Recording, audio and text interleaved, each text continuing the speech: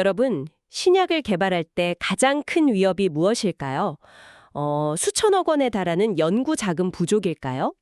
아니면 막 아직 발견하지 못한 치명적인 화학적 결함 같은 거.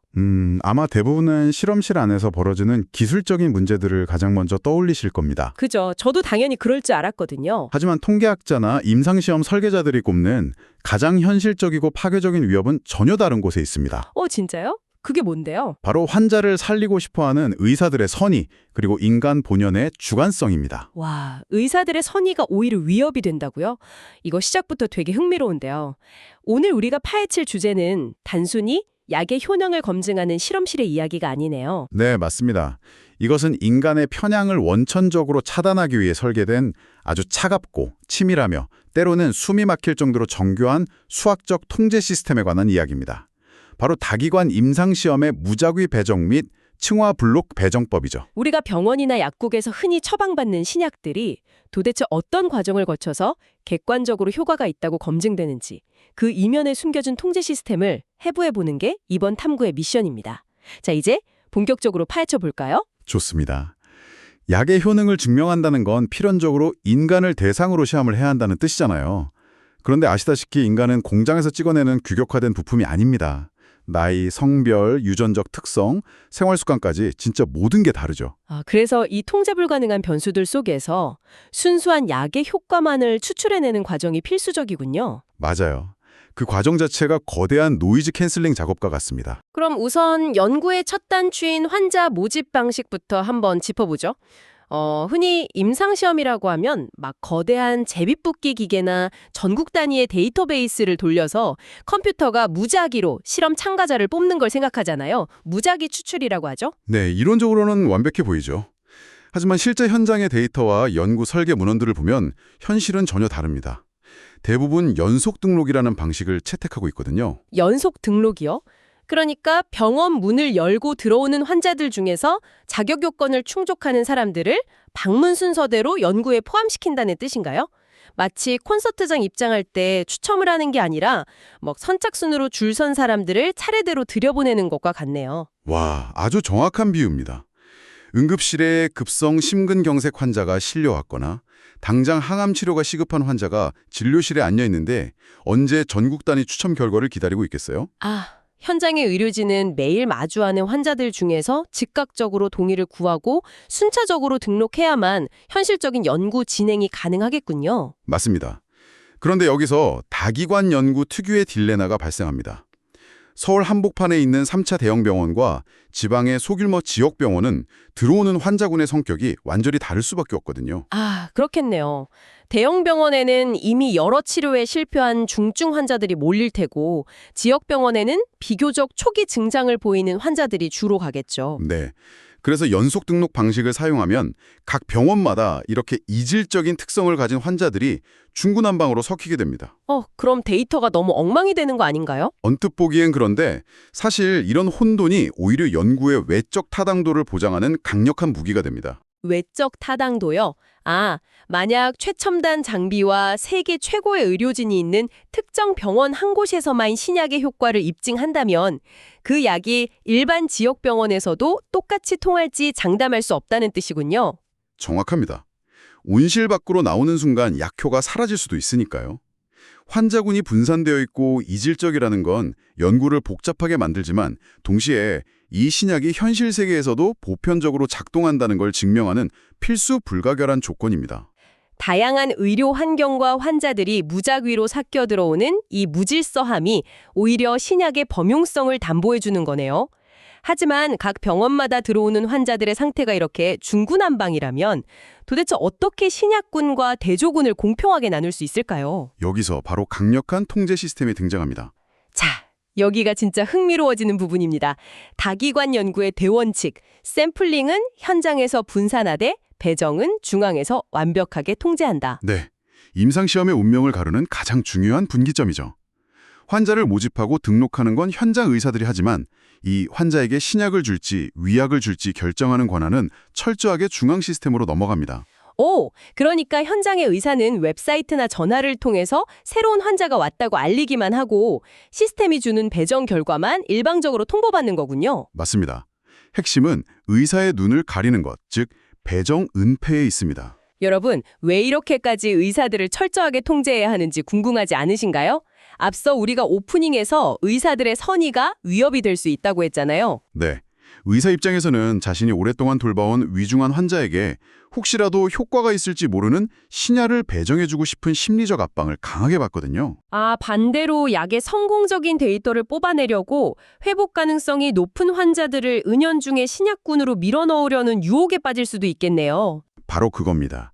그게 통계학에서 가장 경계하는 선택 편향입니다. 연구자의 주관이 단 1%라도 개입되면 나중에 환자가 완치되었을 때 이게 진짜 약 때문인지 처음부터 상태가 좋은 환자들만 모아둬서 그런 건지 영영 알 길이 없어집니다. 와, 결국 인간의 선의나 무의식적인 판단조차 데이터의 순수성을 파괴하는 노이즈로 간주하는 거군요. 그래서 결정권을 수학적 알고리즘이라는 차가운 시스템에 줘버리는 거고요. 네, 맞아요. 그런데 이 중앙 시스템이 단순히 동전을 던져서 반반으로 나누는 수준의 단순한 작업을 하는 게 아닙니다.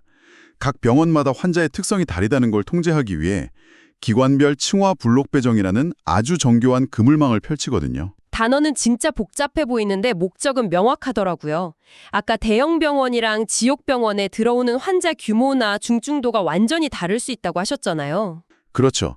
이걸 통제 안 하고 수백 명을 그냥 무작위로 던져 넣으면 우연의 일치로 대형 병원의 중증 환자 50명이 전부 신약군에 가고 지역 병원의 경증 환자 50명이 위약군에 가는 대참사가 발생할 수 있습니다. 와, 그러면 통계적으로 진짜 최악이네요. 만약 그 대형 병원 의료진 실력이 세계 최고라면 환자가 생존했을 때 약이 좋은 건지 의사 실력이 좋은 건지 분리할 수가 없잖아요. 네, 그 현상을 바로 기관 효과라고 부릅니다. 병원의 인프라나 의료진 숙련도 같은 고유의 환경적 변수들이죠. 중앙 시스템은 이걸 막기 위해 전체 환자를 섞기 전에 병원 단위로 먼저 칸막이를 칩니다. 아, 그게 층화라는 개념이군요. A병원이라는 층, B병원이라는 층을 나누고 그 안에서 신약과 위약 비율을 1대1로 맞추는 거네요. 맞습니다. 그리고 그 1대1 비율을 완벽하게 맞추기 위해 블럭이라는 개념을 도입합니다. 제가 소스의 예시를 한번 시각화해 볼게요. 예를 들어 블럭 크기가 4라고 상상해보죠. 4명의 환자를 하나의 묶음으로 보고 그 안에는 무조건 신약 2명, 위약 2명이 들어가도록 조합을 짜는 거잖아요. 네, 아주 정확합니다. 그러면 AABB, ABAB처럼 한 블럭이 끝날 때마다 완벽히 짝이 맞네요. 총 40명이 모였을 때 센터 A에서 20명, B에서 12명, C에서 8명이 모였어도 각 센터 내부를 들여다보면 정확히 1대1 비율이 유지되는 거군요. 이것을 더 큰 그림과 연결해 보면 정말 놀랍습니다. 나중에 분석할 때 A병원 환경 내에서의 신약대 위약, 그리고 B병원 환경 내에서의 신약대 위약을 1대1로 비교할 수 있거든요. 아, 그 기관 효과라는 거대한 교란 변수를 각 병원 내부에서 상쇄시켜버리는 방패 역할을 하는 거네요. 내부 타동도를 강력하게 방어하는 거군요. 맞습니다. 외부의 다양한 환자를 끌어안으면서도 내부 비교는 엄격하게 통제하는 아주 훌륭한 타협점이죠. 와, 논리적으로는 정말 완벽해 보입니다. 그런데 잠깐만요. 만약 현장에 있는 눈치 빠른 연구자가 이 블록 크기가 4라는 규칙을 알아채버리면 무슨 일이 벌어질까요? 설계자들이 가장 두려워하는 악몽 같은 시나리오입니다. 제가 만약 연구자라면요. 앞선 3명의 환자가 AAB군에 배정됐어요. 당연히 네 번째 환자는 B군이겠죠. 남은 게 B밖에 없으니까요. 그럼 제가 결과를 조작할 수도 있는 거 아닌가요? 이 부분은 아주 중요한 의문을 제기합니다. 블록의 규칙이 노출되는 순간 연구자는 다음 결과를 예측할 수 있는 힘을 갖게 되죠. 정말 살리고 싶은 위중한 환자가 대기실에 있는데 다음 차례가 위약인 걸 안다면 오늘 장비 고장났으니 내일 오세요 하고 돌려보낼 수도 있잖아요. 네, 그리고 가벼운 증상의 다른 환자를 먼저 등록시켜 위약군으로 털어버릴 수 있죠. 배정은퇴가 산산조각 나는 겁니다. 그렇기 때문에 블록 크기는 철저한 기밀이어야 합니다. 하지만 인간이 또 눈치가 빠르잖아요. 몇 명 해보면 금방 패턴을 유추할 텐데요. 그래서 통계학자들은 패턴 예측을 원천봉쇄하기 위해 가변 블록 크기라는 방어 체계를 도입했습니다. 아, 블록 크기 자체를 막 무작위로 섞어버리는 거군요. 맞습니다. 4로 고정하는 게 아니라 크기 2, 4, 6, 8자리 블록들을 섞어서 무작위 배열을 만들어냅니다. 지금 도는 블록이 몇 명짜리인지 연구자는 알 길이 없죠. 오, 그럼 방금 A가 나왔다고 해서 다음이 무조건 B라고 단정 지을 수가 없네요. 지금 블록이 6명짜리라면 세 번째도 A가 나올 수 있으니까요. 네, 확실성이 사라지는 순간 연구자는 배정 결과를 예측하려는 시도 자체를 포기하게 됩니다. 진짜 꼬리에 꼬리를 무는 치열한 편향과의 전쟁이네요. 그런데 현실에서는 병원이라는 변수 하나만 통제한다고 끝나는 게 아니잖아요. 나이, 성별, 당뇨 유무, 질병 단계 같은 수많은 변수들을 다 층화하려면 어떻게 되나요? 병원 10곳에 연령대 2구간, 당뇨, 고혈압 다 나누다 보면 수백, 수천 개의 얇은 층이 만들어집니다. 그럼 어떤 층에는 환자가 아예 없거나 한 명밖에 없는 상황이 벌어져서 블록 시스템 자체가 붕괴되겠는데요? 정확합니다. 수학적 한계에 부딪히게 되죠. 이 한계를 돌파하기 위해 고안된 게 바로 최소화법이라는 고도의 알고리즘입니다. 오, 최소화법이요. 이건 작동 원리가 좀 다른가 봐요. 네, 미리 만들어진 표를 읽는 게 아니라 환자가 등록될 때마다 컴퓨터가 실시간으로 양쪽 그룹 상태를 분석해서 배정 확률을 역동적으로 뒤틀어버립니다. 잠깐만요. 컴퓨터가 실시간으로 스캔을 한다고요. 예를 들어 65세 이상의 당뇨병 동반 환자가 등록되면 어떻게 되죠? 알고리즘이 기존 데이터베이스를 딱 보고 우연의 장난으로 위약군에 이미 65세 이상 당뇨병 환자가 너무 많네 하고 불균형을 발견하는 겁니다. 아, 이 새로운 환자마저 위약군에 가면 통계적 밸런스가 완전히 무너지니까요. 네, 그 순간 최소화법이 개입해서 양 집단의 차이를 최소화하는 방향, 즉 이 환자가 신약군으로 배정될 확률을 인위적으로 80%까지 끌어올려버립니다. 와, 완전한 50대 50 무작위 배정을 포기하는 대신에 실험 결과의 치명적인 변수들의 균형을 완벽에 가깝게 맞춰내는 거군요. 이건 개별 현장에서는 절대 불가능한 컴퓨팅의 영역이네요. 놀라운 건 이런 최소화법조차도 예측 가능성을 지우기 위해 확률을 100%로 고정하지 않고 무작위성을 약간 남겨둔다는 겁니다. 철저하게 눈을 가리는 거죠. 정말 대단합니다. 그런데 이렇게 사전에 층화를 하고 가변 블록을 쓰고 최소화법까지 동원했는데도 나중에 데이터를 분석할 때 호남 모형이라는 걸로 또 보정을 한다고 들었어요. 사전에 다 통제했는데 왜 사후 분석이 또 필요한 건가요? 아무리 정교하게 환자를 나눴어도 A병원에 속한 환자들과 B병원 환자들은 서로 다른 환경의 영향을 지속적으로 받았다는 사실 자체는 지울 수 없기 때문입니다. 아, 병원이라는 거대한 껍데기 안에 종속되어 있다는 구조적 한계가 있군요. A병원의 집중 관리가 신약 효과랑 미묘하게 상호작용했을 수도 있고요. 정확합니다. 그래서 호남 모형을 써서 병원 고유의 베이스라인 성과 차이를 통계적으로 분리해냅니다. A병원 환자들이 많이 나왔어도 수학 모델을 돌려보고 이건 약발이 아니라 A병원 기본 성과율이 워낙 높아서 그렇구나 하고 짚어내는 거죠. 와, 거품을 걷어낸 순수한 신약의 진짜 효과만을 추정해내는 거군요. 설계 단계의 통제도 모자라 분석 단계에서 병원의 효과를 발라내는 수술을 한 번 더 하는 셈이네요. 네, 맞습니다. 결국 오늘 소스의 핵심 문장. 다기관 연구에서는 각 센터에서 연속 등록으로 샘플링을 수행하고 중앙 무작위 배정을 통해 통제하여 편향과 불균형을 최소화한다. 이제야 이 문장이 완벽하게 이해가 됩니다.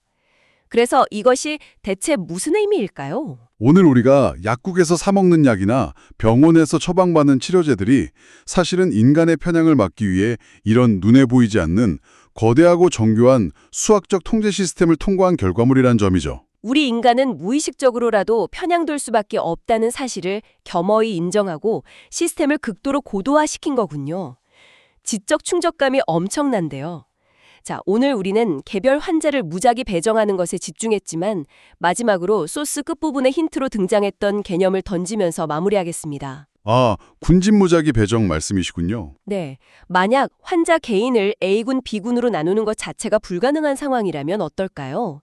아예 병원이나 지역사회 전체를 통째로 묶어서 무작위 배정하는 군집 무작위 배정은 도대체 어떤 상황에서 왜 필요한 걸까요? 통제 불가능한 오염을 막기 위해 개인의 통제를 넘어 집단을 통제하는 아주 대담한 방식이죠. 맞습니다. 내가 선택하지도 않았는데 내가 사는 지역이나 입원한 병원이 통째로 실험 대상이 된다는 건 또 어떤 새로운 딜레마를 가져올까요? 여러분 스스로 한번 탐구해 보시길 바랍니다. 언제나 진실은 가장 엄격한 통제 너머에 숨어 있습니다. 오늘 시간 여기서 마치겠습니다. 감사합니다. 네, 다음에도 세상을 움직이는 깊이 있는 소스들을 들고 찾아오겠습니다. 안녕히 계세요.